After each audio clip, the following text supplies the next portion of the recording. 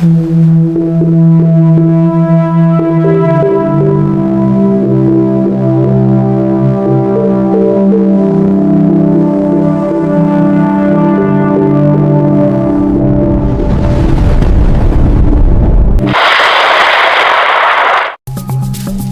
araw po sa inyong lahat. Narito na po ang pinaka-latest update sa magilagay ng panahon ngayong araw ng Miyerkules, ika-1 ng Hulyo taong 2026. Base nga po sa ating pinaka-satellite image, ang low pressure area na ating monitor na patawid ng ating bansa ay huling namataan sa may kanlurang bahagi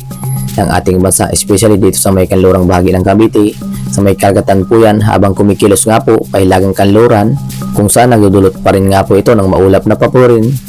at mga pag-ulan, especially dito sa may area ng Bataan, Cavite, Batangas, Oriental Mindoro, Occidental Mindoro,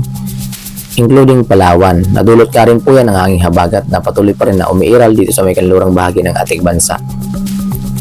Kung saan nga po ang low pressure area na ating monitor sa may kanlurang bahagi ng ating bansa, inaasahan nga po natin sa mga susunod na oras ay posibleng nang maging ganap na bagyo. At kung sakaling maging ganap na bagyo ito sa loob ng ating Philippine Area of Responsibility, ay bibigyan po natin ito sa local name na Bagyong Henry, ang pangwalong bagyo na posibleng mabuo sa taong 2026. At dahil nga po sa inaasahan nga po natin mga pag-ulan na dulot nga po nitong low pressure area na ating monitor sa may kanlurang bahagi ng ating bansa, meron pa rin po tayo ng kataas na weather advisory o babala sa mga malakas na mga pag-ulan na maaari pa rin nating maranasan. Sa lugar po yan ng Batangas, Occidental Mindoro, Oriental Mindoro, Palawan, kung saan maaari pa rin po tayo makaranas ng 50 hanggang 100 mm na mga pag-ulan na maaari pa rin magdulot ng mga pagbaha sa mababang lugar at pagguho ng lupa sa mga bundok na lugar. At sa mga hindi nabanggit na lugar ay hindi po natin inaalis ang posibleng makaranas pa rin po kayo ng mga biglaang buhos na mga pag-ulan na dulot nga po nitong low pressure area na ating monitor sa may kanlurang bahagi ng ating bansa. Na hinihila nga po nito ang hanging habagat na nagmumula naman dito sa may Palawan na siyang magdudulot ng maulap na papuri na sinasamahan po yan ng mga pag-ulan. Kaya naman kung kayo ay lalabas ng inyong tanan, ugaliin pa rin po magdala lamang ng mga panangga sa biglaang buhos na mga pag-ulan tulad nga po ng payong o kaya naman kapote. Kung saan nga po kapag ito ay maging ganap na bagyo sa may kanlurang bahagi ng ating bansa ay posible pa nga po tayo magtaas ng wind signal number 1 dito sa may kanlurang bahagi ng ating bansa, especially po yan dito sa may area ng Bataan, Batangas. Apektado pa nga rin po nitong bagyong ating monitor o low pressure area na ating monitor sa may kanlurang bahagi ng ating bansa. At base nga po sa ating pinaka-latest track nitong low pressure area, samantala para naman sa magiging track nitong low pressure area na ating monitor sa may kanlurang bahagi ng ating bansa, kung saan posible nang maging ganap na bagyo sa mga susunod na oras. At yung sakaling maging ganap na bagyo nga po ito sa may kanlurang bahagi ng ating bansa ay bibigyan po natin ito sa local name na Bagyong Henry, ang pangwalong bagyo sa taong 2026. Kung saan makikita nga po natin ikilos nga po ito pahilagang kanluran at inasan nga po natin pagsapit bukas ng gabi, Huwebes po yan, ay nasa labas na nga po ito ng ating Philippine Area of Responsibility. Ngunit habang papalabas nga po ito ng ating Philippine Area of Responsibility, hihilahin pa nga rin po nito ang hanging habagat na nagmumula naman dito sa may kanlurang bahagi ng ating bansa. Especially dito po yan sa may Palawan, kanlurang bahagi ng Mindanao at Visayas na siyang magdudulot pa nga rin po yan ng maulap na papuri na sinasamahan po yan ng katamtaman hanggang sa mga malakas na mga pag-ulan na maaari pa rin magdulot ng mga pagba sa mga mababang lugar at pagguho ng lupa sa mga mabundok na lugar. Kaya naman lubos pa rin po natin pinag-iingat ang ating mga kababayan at maging alerto lang po tayo sa mga panibago naming ulat panahon na aming lalabas ukol nga po dito sa sama ng panahon na patuloy po nating minomonitor. Samantala, bukod nga po rito sa low pressure area nating monitor sa may kanlurang bahagi ng ating bansa na posibleng nang maging ganap na bagyo at bibigyan po natin local name na Bagyong Henry, ay may kasunod pa nga po ito dito sa may silangang bahagi ng ating bansa, kung saan ang tropical depression nating monitor sa may silangang bahagi ng ating bansa ay nag-intensify pa into tropical storm category. Kung saan nga po, taglay na nga po nito ang lakas na hangin na umaabot sa 62 km per hour near the center, samantalang may pagbuso naman ito na umaabot sa 80 km per hour. Habang kumikilos nga po ito pa kanluran sa bilis na 10 km per hour. Kung saan huling namataan ho yan sa layong 2,995 kilometers silangan ng Mindanao. kung saan base nga po sa ating pinaka-latest track, inaasahan nga po natin sa mga susunod na araw ay posible nang lumapit nga po ito dito sa may silangang bahagi ng ating Philippine Area of Responsibility, kung saan nga po habang kumikilos nga po ito pakanluran, hilagang kanluran, inaasahan nga po natin na mag-i-intensify pa nga po ito base nga po sa ating pinaka-latest satellite image or pinaka-latest track nitong bagyo sa may silangang bahagi ng ating bansa, kung saan nga po pagsapit ng linggo July 5, inaasahan nga po natin na posibleng nandito na ito sa Mariana Islands, kung saan posible na nga itong maglandfall na ating makikita sa pinaka-latest track na maglalandfall nga po ito dito sa Mariana Islands, kung saan makikita nga po natin ito na posible nga po itong nasa typhoon category or nasa super typhoon category, kung saan makikita nga rin natin na hinihila nga rin po nito ang hanging habagat na siya nagmumula dito sa may kanlurang bahagi ng ating bansa. Kaya naman kung ito ay papasok ng ating Philippine Area of Responsibility at patuloy pa rin na umiiral itong hanging habagat dito sa may kanlurang bahagi ng ating bansa, inaasahan nga po natin na magdudulot nga po yan ng mga pag-ulan dito sa may kanlurang bahagi ng ating bansa. Kaya naman mas mainam na maging alerto lang po tayo at maging updated po tayo sa mga panibago namin ulat panahon namin lalabas ukol nga po dito sa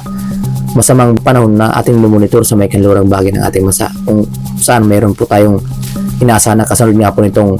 low pressure area na ating monitor na posibleng maging bagyong Henry, na kung saan itong sa may silangang bahagi ng ating bansa na panibagong bagyo ay pumasok ng ating Philippine Area of Responsibility at ganap na bagyo ay bibigyan po natin ito sa local name na bagyong Inday, ang pang-siyam na bagyo na posibleng mabuo sa taong 2026, na kung saan nga po base nga po sa ating pinaka-latest track, posible nga itong pumasok ng ating Philippine Area of Responsibility pagsapit ng July 8, Merkules ng gabi, na nasa loob na ito ng ating PAR bilang typhoon category o kaya naman super typhoon category, kung saan habang ito ay nasa may silangang bahagi ng ating bansa at nasa loob ng ating Philippine Area of Responsibility, papalakasin nga po nito ang hanging habagat na nagmumula naman dito sa may kanlurang bahagi ng ating bansa.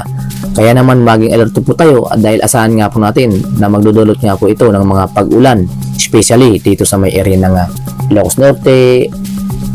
La Union, Ilocos Sur, Pangasinan, Zambales, Bataan, Cavite, Metro Manila, Batangas, Oriental Mindoro, Occidental Mindoro, Palawan, Antique, Aklan, Capiz, Iloilo, Guimaras, Negros Occidental, Negros Oriental, Zamboanga Peninsula, Tawi-Tawi, Sulu, Sultan Kudarat, South Cotabato, Lanao del Norte, Lanao del Sur, Maguindanao, including Davao Region. Dulot nga po yan ng hanging habagat na hihilahin nga po nitong bagyong papasok ng ating Philippine Area of Responsibility.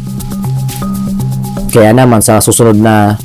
week ay inasahan nga po natin na mayroon pa rin po tayong minomonitor na panibagong bagyo na papasok ng ating Philippine Area of Responsibility, kung saan nga po mas malakas nga po itong panibagong bagyo na ating imomonitor sa susunod na mga araw, na kung saan ganap na nga po itong bagyo sa may silangang bahagi ng ating bansa. Sa kasalukuyan ay wala pa rin po itong direktang epekto sa ating bansa, kung saan inaasahan po natin maliwanas pa ang panahon sa kasalukuyan. At para nga po sa maging lagay ng panahon ngayong araw dito sa Luzon, asahan nga po natin makakaranas po tayo ngayong umaga ng maulap na papuri na sinasamahan din po yan mga kalat-kalat na mga pag-ulan, especially dito sa may area ng Metro Manila, Batangas, Cavite, Laguna, Oriental Mindoro, Occidental Mindoro, Bataan, Zambales, Tarlac, Quezon, Camarines Norte, Camarines Sur, Albay, Catanduanes, Sorsogon. Ay nasan nga po natin makakaranas po tayo ng maulap na papuri na sinasamahan po yan ng mga kalat-kalat na mga pag-ulan na dulot nga po nitong low pressure area na posibleng maging ganap na bagyo sa mga susunod na oras. Kaya naman maging alerto lang po tayo sa mga panibagong ulat panoraming lalabas. At ugaliin pa rin po magdala lamang ng panangga sa biglaang buhos ng mga pag-ulan, kung saan inasahan po natin ngayong araw na makakaranas pa rin po tayo ng mga pag-ulan na dulot nga po nitong low pressure area nating monitor. Samantala sa nalalabing bahagi ng Luzon, especially dito sa may area ng Batanes, Babuyan Group of Islands, Ilocos Region, Apayao, Cagayan Valley Region, Abra, Kalinga, Mountain Province, Ifugao, Isabela, Aurora, Quirino, Nueva Vizcaya, nasaan pa rin po natin makakaranas pa rin ng improving weather Nadulot nga po yan ng epekto nga po ng hanging easterlies na mainit na temperatura dito sa may silangang bahagi ng ating bansa, kung saan nanggagaling sa may dagat Pasipiko na siyang mainit na temperatura. Samantala, pagsapit po ng hapon at gabi, inaasahan nga rin po natin makakaranas na nga rin po ng mga maulap na papel na sinasamahan po yan ng mga pag-ulan dito sa may kanlurang bahagi ng ating bansa. Especially po yan dito sa may Pangasinan, La Union, Ilocos Sur. Inaasahan po natin makakaranas na rin po ng maulap na papel na sinasamahan po yan ng mga klat-klat na mga pag-ulan. Nadulot nga po nitong low pressure area na posibleng ng ganap na bagyo pagsapit ng hapon at gabi, kung saan kumikilos nga po ito pahilagang kanluran. So bagya nga po itong aakyat pa bago tuluyan papalayo ng ating bansa pakanluran, bago tuluyan makalabas ng ating Philippine Area of Responsibility. Kaya naman inaasahan nga po natin pagsapit ng hapon at gabi makakaranas po tayo ng maulap na paporin at mga kalat-kalat na mga pag-ulan. Kaya naman maging handa po tayo sa mga biglaang buhos ng pag-ulan na dulot nga po nitong low pressure area na posibleng ng maging ganap na bagyo. At para naman sa magiging agwat ng temperatura dito sa Legazpi, 25 hanggang 31 degrees Celsius, Tugigaraw 26 hanggang 37 degrees Celsius, Lawag 26 hanggang 33 degrees Celsius, Baguio 18 hanggang 23 degrees Celsius ang ating inaasahan agwat ng temperatura. Samantalang dito naman sa may Metro Manila, nasan natin na mababaan temperatura na dulot nga po nitong low pressure area natin monitor na kung saan umaabot lamang sa 26 hanggang 30 degrees Celsius, Tagaytay 22 hanggang 27 degrees Celsius ang ating inaasahan agwat ng temperatura. At para naman sa may gilagay ng panahon dito sa may Palawan, Visayas, and Mindanao, sa kasalukuyan nga po makakaranas pa rin po tayo ng maulap na paporin na sinasamahan ng mga klat-klat na mga pag-ulan, especially dito sa may Palawan na dulot nga po nitong hanging habagat na hinihila nga po nitong low pressure area. Isang magdudulot nga po yan ng maulap na paporin na sinasamahan ng katamtaman hanggang sa mga malakas na mga pag-ulan, kung saan posible pa nga rin po ang localized flooding o yung mga biglaang pagbaha sa mga babang lugar. Samantala dito naman sa may Visayas, inasan nga po natin makakaranas pa rin po ng maaliwalas na panahon sa umaga dito sa may silangang bahagi ng ating bansa, especially dito sa may silangang bahagi ng Visayas. Sa lugar po yan ng Samar, Eastern Samar, Biliran, Leyte, nasaan po natin makakaranas ng bagyang maaliwalas na panahon na sinasamahan po yan ng bagyang maulap na paporin at mga light rains. Pagsapit po yan ng hapon at gabi. Samantala dito sa may kanlurang bahagi ng Visayas, inasahan po natin makaranas po ng maulap na paporin na sinasamahan pa rin po ng kalat-kalat na mga pagulan, especially dito sa may Antique, Aklan, Capiz, Iloilo, Guimaras. Madulot nga po yan itong low pressure area at ang hanging habagat na magdudulot po yan ng maulap na paporin na sinasamahan ng pagkulog at pagkilat na dulot nga po ng mga cloud cluster na siyang ating makikita sa pinaka-satellite image. Para nga po sa magiging agwat ang temperatura dito sa may Calayan Islands, 27 hanggang 30 degrees Celsius, Puerto Princesa 25 hanggang 30 degrees Celsius, samantalang dito naman sa may Iloilo 25 hanggang 29 degrees Celsius, Cebu 25 hanggang 32 degrees Celsius, Tacloban 26 hanggang 31 degrees Celsius ang ating inaasahan agwat ng temperatura. At para naman sa magilagay ng panahon dito sa may Mindanao, inaasahan pa rin po natin makaranas pa rin po tayo ng mga pag-ulan, especially dito sa may kanlurang bahagi ng ating bansa. Sa lugar po yan ng Tawi-Tawi, Sulu, Basilan, Zamboanga Peninsula, Bangsamoro, Sorsogon at Davao Occidental. Nadulot nga po itong hanging habagat na hinihila pa rin ng low pressure area na magdudulot nga po yan ng maulap na paporin o mga cloud cluster na siyang magdudulot ng katamtaman hanggang sa mga malakas na mga pag-ulan na maaari pa rin magdulot ng mga pagbaha sa mga babang lugar. Kaya naman maging alerto at updated lamang po tayo dahil sa mga susunod na araw mayroon pa rin po tayong inaasahan ng bagong sama ng panahon o bagyo na imomonitor dito sa may silangang bahagi ng ating bansa, kung saan pang siyam na bagyo sa taong 2026 nabibigyan po natin ito sa local name na Bagyong Inday. At para naman sa magiging agwat ng temperatura dito sa may Davao, 25 hanggang 32 degrees Celsius, Cagayan de Oro 24 hanggang 31 degrees Celsius, Zamboanga Peninsula 24 hanggang 32 degrees Celsius ang ating nasa agwat ng temperatura. At para naman sa magilagay ng ating seaboard, sa kasalukuyan nga po wala po tayo nakataas na gale warning sa kahit anong baybayin ng ating bansa. Ngunit lubos pa rin po natin pinag-iingat ang ating mga kababayan sa mga biglaang taas na mga pag-alon na dulot nga po ng mga localized thunderstorm Dahil po yan sa low pressure area na ating monitor dito sa may kanlurang bahagi ng ating bansa. Sa kasalukuyan nga po, slight to moderate ang ating inasahan ng mga pag-alon sa ating karagatan at sa mga seaboard. At yun nga po ang pinakalitis nating update sa magilagay ng panahon ngayong araw ng Miyerkules, ika-1 ng Hulyo taong 2026. Maraming salamat sa inyong lahat at kung bago pa lamang kayo sa aming YouTube channel, huwag kaligtaang mag-subscribe para ma-notify po kayo sa mga pinabago naming ulat panahon na aming ilalabas ukol nga po dito sa sama ng panahon na nabubuo sa loob ng ating bansa at sa labas ng ating bansa, kung saan